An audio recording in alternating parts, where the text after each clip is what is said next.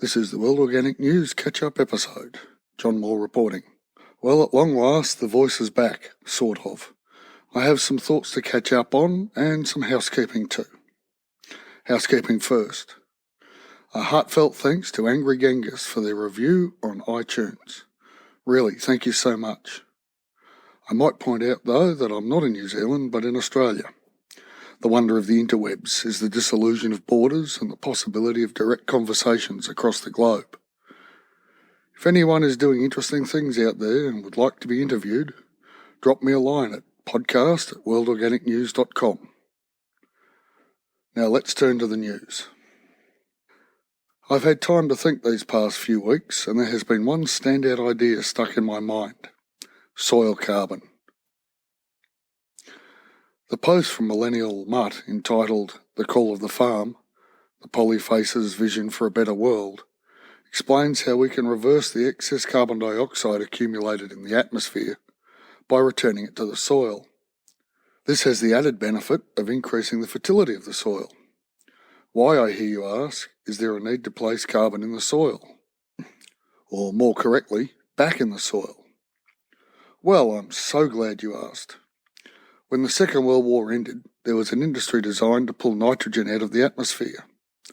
There had been a huge demand for this nitrogen as part of the munitions industry. These people pushed for the use of the same nitrogen as a fertiliser. Nitrogen is one of the three macro elements necessary for plant growth, phosphorus and potassium being the other two. Now, the application of synthetic nitrogen has the effect of destroying humic acid in the fungal communities under the soil surface. The deal with this artificial fertiliser is this: increase short-term production in return for a loss of 1 to 2% of the topsoil. Seems like a good system to start with, but in the end what happens is basically hydroponics in subsoil. The process also releases soil carbon to the atmosphere, both in the production of the synthetic nitrogen and in its application to soil. So a return to organic farming, regrowing soil structure, humic acid, fungal communities and tree cover are relatively simple to introduce and effective. The UN argues only smallholder organic farms can feed the world anyway, so let's get to it. I've included a link to an ABC Science page back in 2007 regarding a soil carbon conference in Orange, New South Wales. So this idea is nothing new. The problem seems to be most climate activists focused upon urban industrial CO2, coal-fired power plants and motor vehicles. If they look at the bush at all, it's only to point the finger at factory farming. As I've made clear before, they and I are on the same page with factory farming.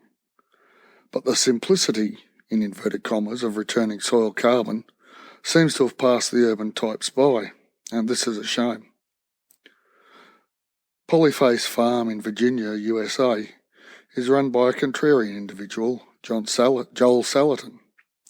I have links to his site and the Wikipedia page in the show notes. He's been walking the talk for decades, so this sort of farming is possible. In the same way permaculture, natural farming and biodynamic methods all work and are productive, we have a way forward. It's under our feet. And that brings us to the end of this week's catch-up podcast. If you've liked what you'd heard, please tell anyone you know any way you can.